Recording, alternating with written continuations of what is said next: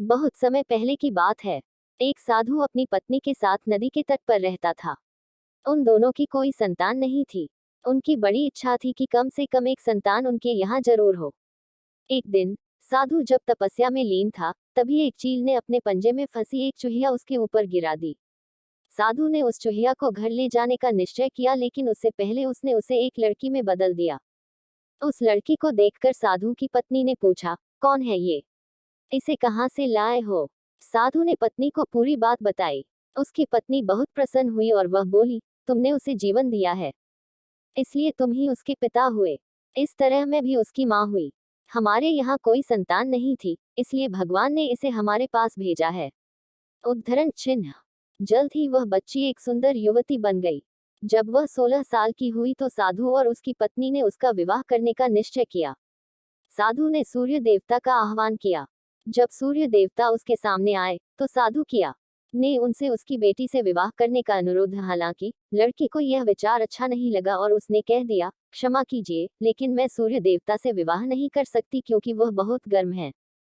निराश साधु ने सूर्य देवता से कहा कि अब वे ही उसकी लड़की के लिए कोई सुयोग्य वर सुझाएं। सूर्य देवता ने कहा, बादलों के देवता से आपकी लड़की की जोड़ी सही बैठेगी क्योंकि वे ही धूप की गर्मी से उसकी रक्षा कर सकते हैं। साधु ने अब बादल देवता से उसकी लड़की से विवाह करने का अनुरोध किया। इस बार भी लड़की ने विवाह से इनकार कर दिया और बोली, मैं इस काले व्यक्ति से विवाह नहीं करूंगी। इसके अलावा बादलों की गरज से मुझे डर भी लगता है। साधु फिर से उदास हो गया और उसने बादल देवता से अनुरोध किया कि वे ही कोई सुयोग्य वर सुझाएं। बादल देवता ने कहा, पवन देवता के साथ इसकी जोड़ी अच्छी रहेगी क्योंकि वे आसानी से मुझे उड़ा सकते हैं। साधु ने अब पवन देवता से विवाह का अनुरोध किया।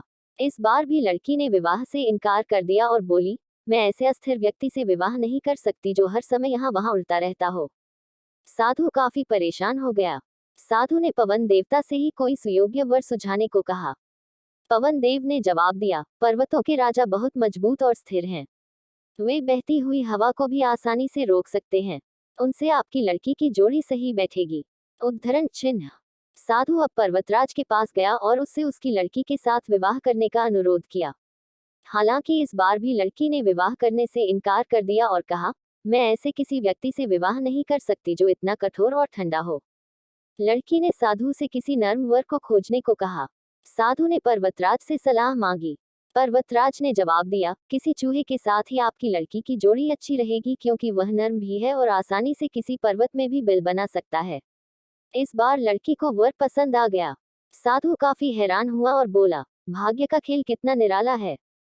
तुम मेरे पास एक चूहिया के रूप में आई थी और मैंने ही तुम्हें लड़की का रूप दिया था।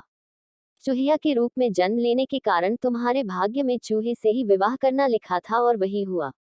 भाग्य में जो लिखा था वही हुआ। साधु ने फिर से प्रार्थना शुरू कर दी और लड़की को दोबारा चूहिया बना दिया।